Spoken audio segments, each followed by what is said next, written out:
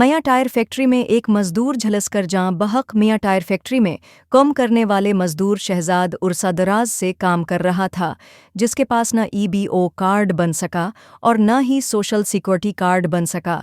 इस तरह शेखुपुरा की मिल्स में लाखों मजदूर हैं जिनके पास न ईबीओ और न सोशल सिक्योरिटी कार्ड हैं। जान बहक होने वाले मजदूर शहजाद के 2 बेटे और 1 बेटी है, किराया के मकान में रहते हैं।